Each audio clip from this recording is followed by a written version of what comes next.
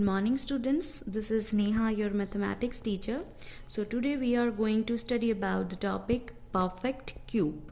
In the previous video we have studied about the topic cube of a number, and now we will study about the perfect cube.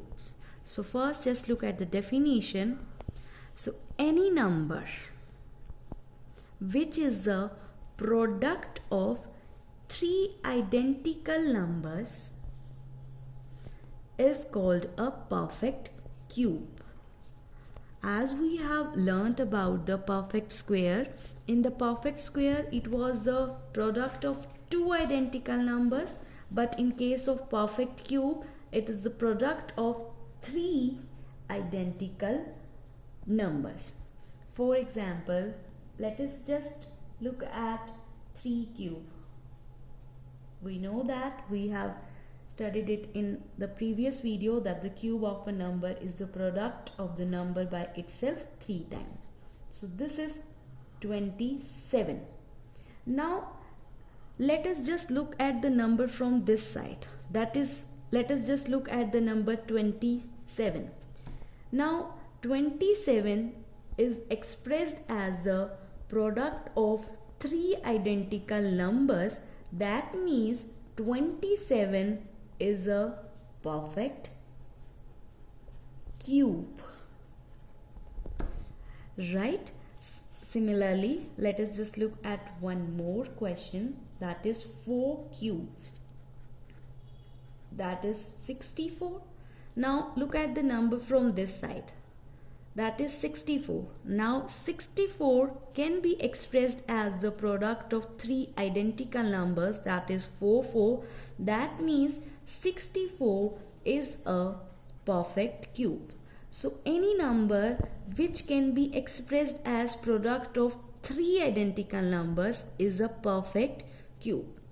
Now how to check that a number which is given to us is a perfect cube or not?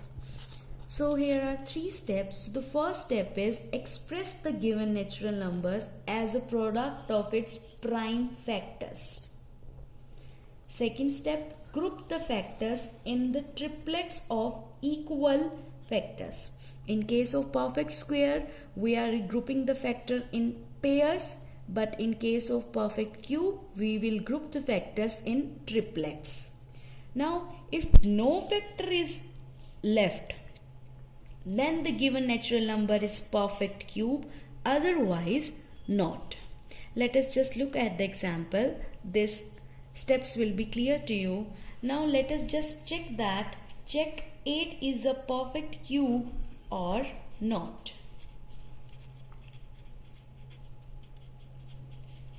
So start from the first step. First step is express the given natural number as a product of its prime factor. So do the prime factors. Now look at the prime number which can divide 8. So the least prime number is 2 and 2 can divide 8. So this will go on 2 and the quotient will be 4. Now again 2 can divide 4 and 2 can divide 1. That means 8 can be expressed as product of prime factors like this. Now comes to the second step. Second step is group the factors in triplets of equal factors. This is a triplet. We have grouped it. Now there is any number which is left? No, there is no number which is left. That means 8 is a perfect cube, right? Now let us just look at one more example, that is check 128 is a perfect cube or not. So we will do the first step, that is first step is express it as a product of prime factors. So prime factors, now 2 can divide 128, right? So it will goes on 64. Now again 2 can also divide. Just do the prime factorization to express it as product of prime numbers. Now we have done the prime factorization, expressed it as the product of prime factors. 2 multiplied by 2 multiplied by 2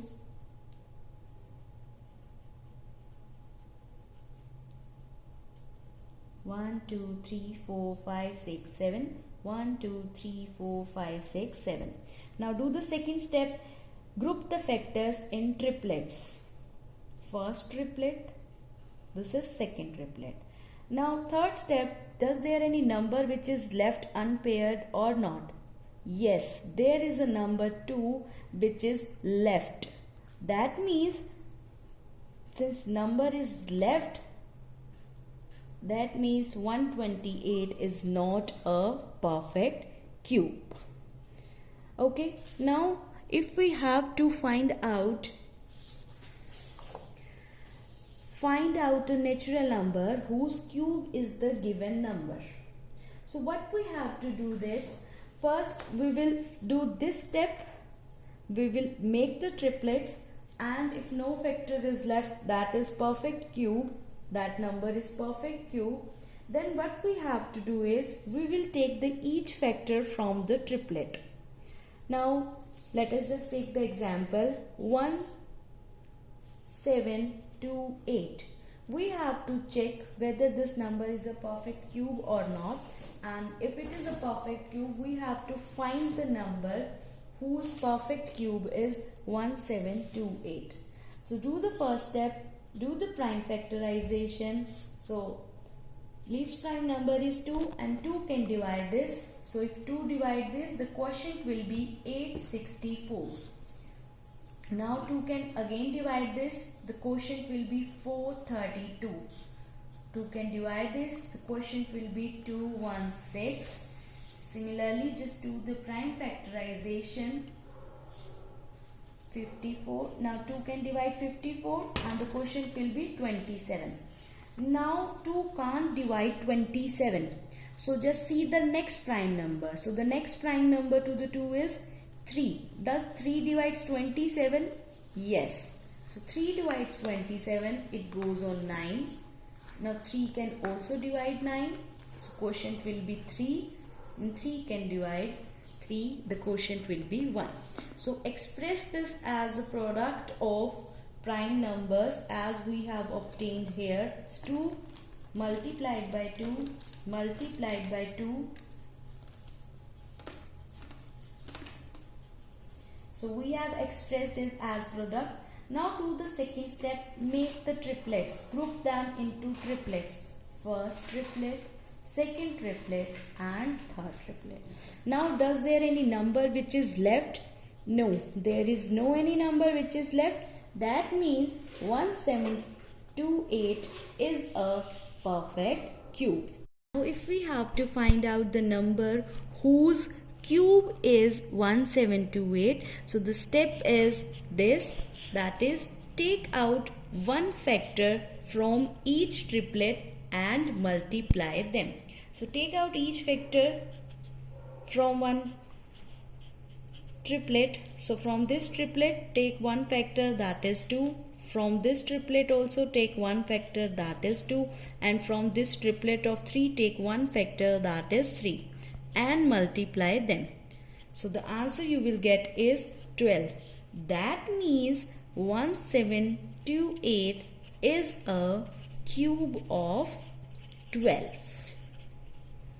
Okay, so this is the way how we can check that whether the given number is a perfect cube or not, and we can also find the number whose cube is the given number. Okay, so practice the questions to check that whether the number is a perfect cube or not. Thank you very much.